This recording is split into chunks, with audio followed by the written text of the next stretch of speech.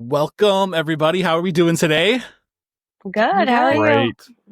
We're doing great. We're excited to talk about Pontiac IV Theater's production of Chicago. And you guys just got out of your sits probe. Tina, how did that go?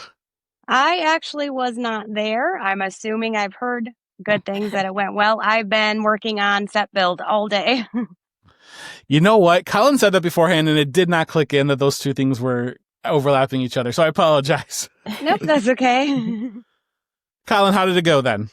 It went really good. It was a really good time. I love that moment when we finally get to work with the band because you get to hear all the different pieces really click in with everyone's voices. Analisa, what is that like? That sounds like that's pretty cool. Finally getting that big moment of everything coming together. Yeah, it's really fun, especially for this show because it's definitely like a vaudeville jazz band musical. So we had trumpets with the mutes and multiple woodwinds. Drums obviously make a huge difference in electric guitar, so adds a lot more than just the piano, which is what we've been having mostly. So yeah, it was awesome. How big of an orchestra do you guys have? I think we have 6 pieces. Yes. Our music director Kayvon's playing piano as well. But what's interesting, if people don't know about like a lot of pit orchestras, like our woodwind person, I think she was playing clarinet, flute, piccolo, saxophone, and I think she was going to grab a bass clarinet if she could get her hands on it too. So a lot of those 6 musicians will be playing multiple things. That is quite impressive. I haven't played instruments since high school, but like to think that you could just switch like that as you're going through the show as needed is quite impressive. At one point, she transposed like a part in her head because she needed to put it in a different instrument. So it was awesome to watch them work. So Tina, I had admitted before we got on to recording that I actually, for as long as I've been doing this, I've never seen a production of Chicago. I've never even seen the movie, which is shocking as well. So what's the story of what's going on in this show? The story is, it's 2 women mostly. It's about a lot of women, but a lot of women from the 1920s. It's actually a true story or based on a true story. I did some deep diving on that on 2 women that had murdered either their husband or their boyfriend at the time. It was written by actually a journalist back in the time that used to cover trials. So that's pretty cool. That is really cool. I didn't realize that it was based on a true story. That adds quite another layer to that. Yep. I did not know that up until recently. And Collin, you are playing Billy in this production. Yes, I am. Who is Billy and how do they factor into the narrative of the show? Billy Flynn is this world famous lawyer in this world. And he's a world famous lawyer to get women off of death row. Okay. So throughout the show, everybody's just talking, we want Billy. Like, Billy Flynn is our guy. We need Billy. So he gets hired through the jail to usually take on these cases. But the stipulation is Billy's very expensive. It's $5,000 if you want Billy. So then that becomes a whole stir thing as well. Wow. Which is a lot of money back because this show takes place when? The 20s. In the 1920s. Yeah. So it's a lot of money to get Billy. Yes. But all he cares about is love. He's not in it for the money. He just cares about doing the love of defending these women. Naturally. Okay. So there's a lot of passion in this for Billy. Yes. How have you kind of developed your character within the confines of this musical? It's very different. This is like a very different character than I've ever played before, because at times it's a very serious, but it's very joking. Like, Billy's very like, oh yeah, like he says all he cares about is love and defending these women, but he's really in it only for the money and the publicity and to get his name bigger than it already is. So it's very fun to play a character like that, because usually in the past I've played like princes and like supporting leads. So to play like a character like this is a lot of fun. It sounds like he's a very flawed character. Yes, very. And Analisa, you're playing Roxy, which is like the big one for the show. Like, that's the name everybody kind of knows for Chicago. Who is Roxy to you, and what is her journey through Chicago? Ooh. Well, to me, like you said, she's a big character of the show. You're mainly following her storyline from beginning, spoilers, but the murder, to the end, and we won't give away the end, I guess. For those that haven't seen Chicago by now, I don't know how you've managed that, but listen, sometimes it just happens. It's okay. So to me, like, Roxy is a quintessential musical theater jazz character. She's somebody that, I mean, I used to sing her name title number like in my kitchen growing up when I was like 12. So this has been a really, really fun character to work with and portray. To me, she's very much an anti-hero. I'm intentionally giving her a lot of that angle where, you know, you're supposed to like her in theory because she's one of the protagonists, but obviously all the characters in this show are definitely murderers. So you kind of hate to love her, love to hate her. I play her with a lot of humor and sarcasm, but glimpses of heart, mostly just, you know, a lot of, you know, pretty poison though. You know, of all of the songs, unfortunately, I'm going to be this person. I've watched all of Glee, so I know, like, oh, hey, no, I love you know, I forget the name of it, but like he had a coming. It's kind of, Yes. Yeah. Where they all kind of have reasons. It seems like everyone that's in the prison has reasons to be like, yeah, they deserved it, and we're not actually that bad. So it's kind of lining up what you're saying about Roxy. Well, and one of the characters, the Hungarian character, right? I mean, her storyline is that she was like pretty clearly framed. So there could be some interpretation on whether all these women are, you know, truly innocent or guilty, but it was a time when women were not believed and they were easy targets to frame for murder or other crimes. So who's to say? I mean, you see me kill somebody pretty quickly, so there's not a lot of debate on mine, but the other ones could be up for debate. But some of those things, though, too, if you think about it, it's like not always about like debating if it happened, but debating like what the cause of it was. And there wasn't, like you said, there wasn't, and there wasn't a lot of wiggle room back then. And, no, you know, depending on who you ask today, there's still not a lot of wiggle room for women in the judicial system. So, yeah, there's no DNA testing or, you know, things like that. So in the Hungarian, you know, prisoner's case, yeah, like I think her neighbor or something frames her and you know, a dude reports to the officials that this lady killed him and they're going to believe him right away. They're not going to test anything or find a murder weapon or anything. And one of the things I love about both Billy and Roxy is that seeing that they're flawed characters, there's also the potential then that they are, or anybody in the show really, are unreliable narrators. Like, who's to tell who's actually being truthful and honest and has integrity with the story? Totally. So, Tina, what drew you to wanting to direct the show? It sounds like it's a very layered show. There's a lot going on here, but what was it for you? To direct it, I fell in love with this show back when I was in school and first saw it.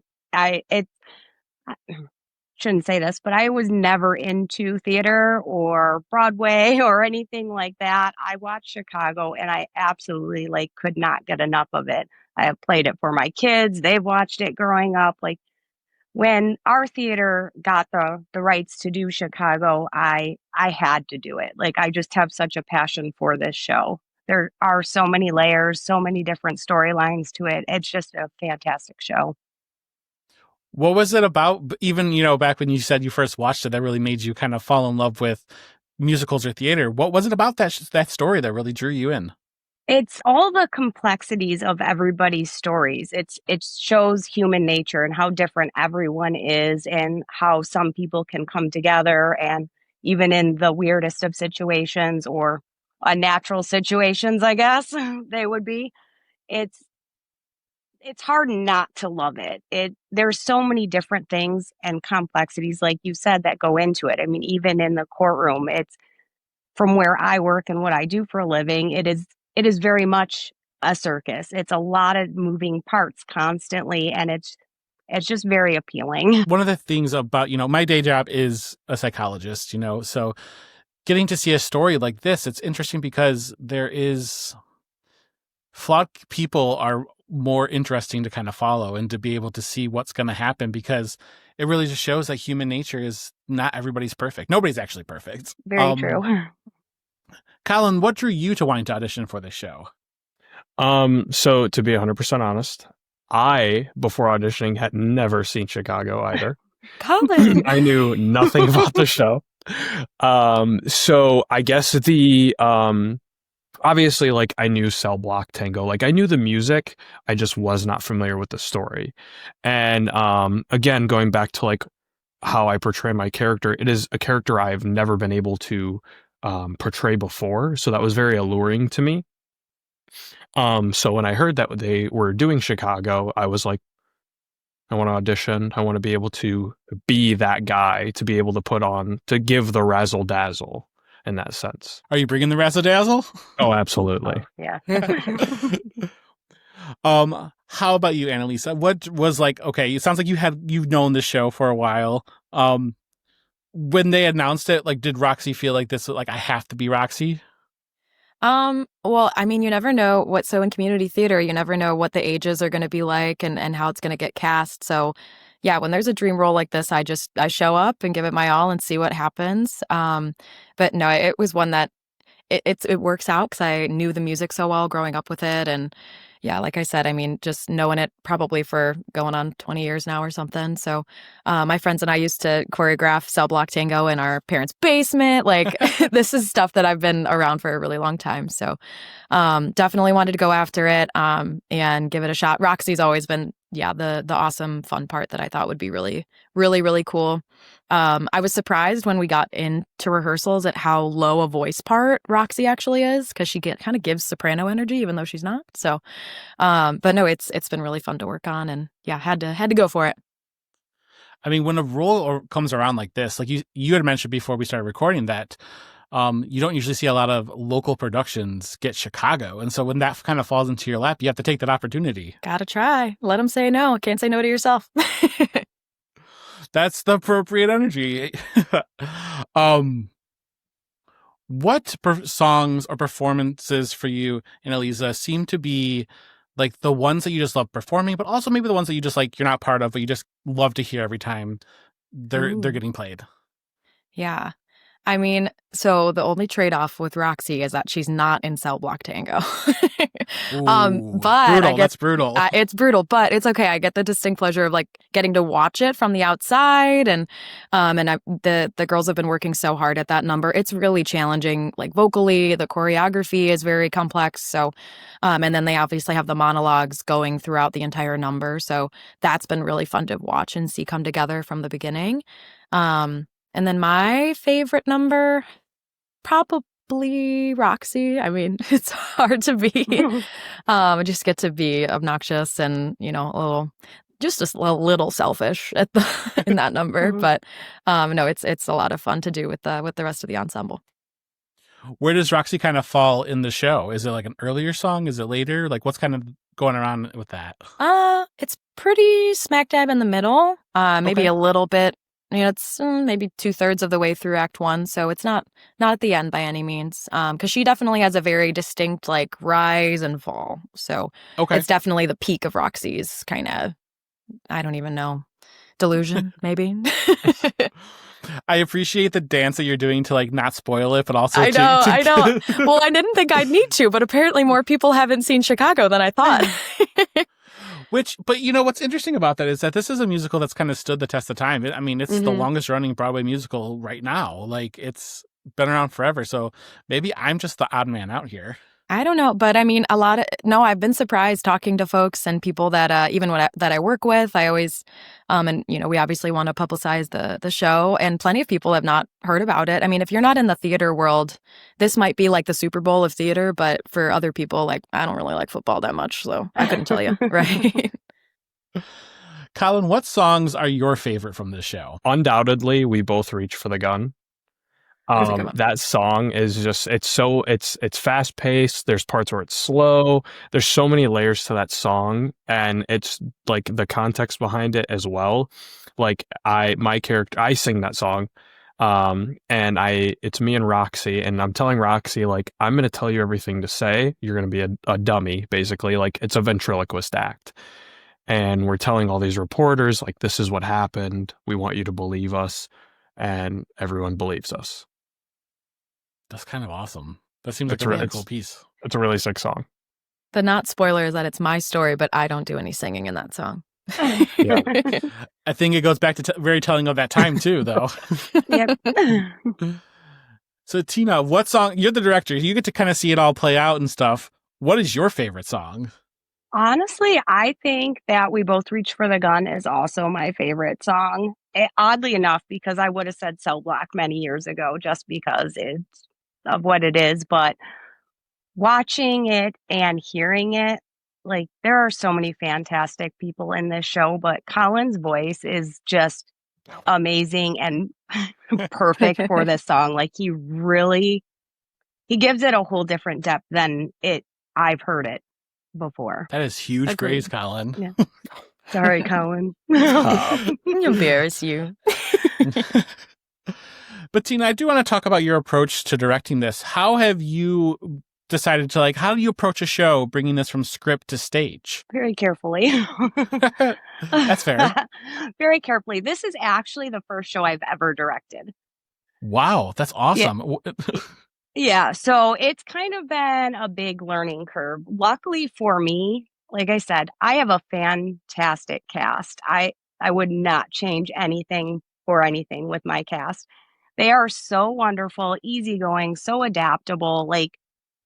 So as I'm going through it and they're going through it with me, it's just been a great experience, a great learning curve. So I don't know that I really have a big approach to directing being my first time. It's more like just jumping in and figuring it out. Which could be a big challenge. This is a huge show to jump on into the show. It absolutely is. What has been the biggest challenge of bringing this show to life then? The biggest challenge? Time. Okay. Time. I don't feel like I have enough time. Between rehearsals, vocals, trying to get everything together, building the set. I wish I could take my cast and just be like, hey, we live here for a month now and we're going to figure it out. But that's not reality. Right. And a lot of people, that maybe don't understand, but with community theater, you're all living regular lives and then have to come in after work, after school to bring these characters to life, to bring the story to life. And it's another full-time job. It's the second job. It is. And they do an amazing job. They are really wonderful. They come in for rehearsals. They show up every night and it's last minute thrown in rehearsals. They're truly amazing. Analisa, what is your biggest challenge to either bringing Roxy to life or just to the show? Honestly, the most fun and challenging part for me has been doing the transatlantic accent. Okay. If you want to call it that, I don't want to brand that that's actually what I'm doing because it's definitely some messed up version of it. It's an attempt. Let's call it that.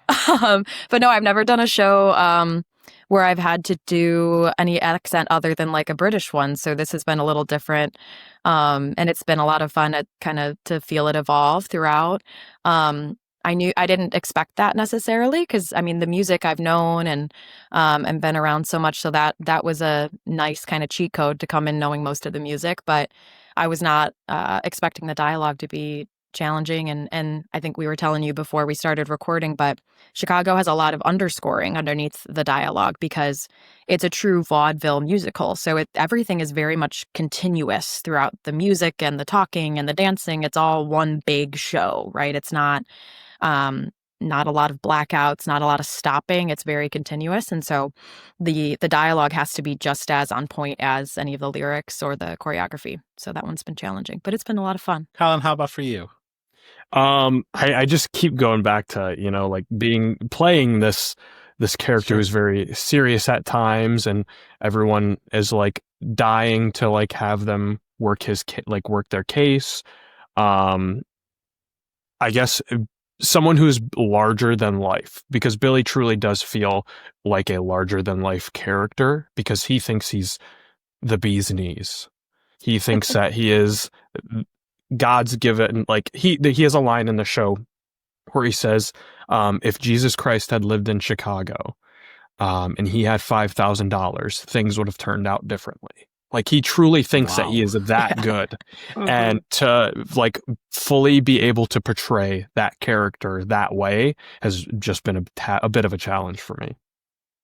So what you're telling me is that Chicago's actually Billy's story, according to Billy. Ooh. According to Billy, this is his story. Yes. Yeah, that is interesting because I feel like every main character in this story acts like it is like they are the main character. So it's definitely an ensemble leading group. That has to be difficult though too. Like, I mean, not like maybe acting wise, but you're like to see these characters kind of struggling with like they're the main character of the story here. Yeah, definitely. So Tina, with so many themes throughout the show, which ones resonate the most with you?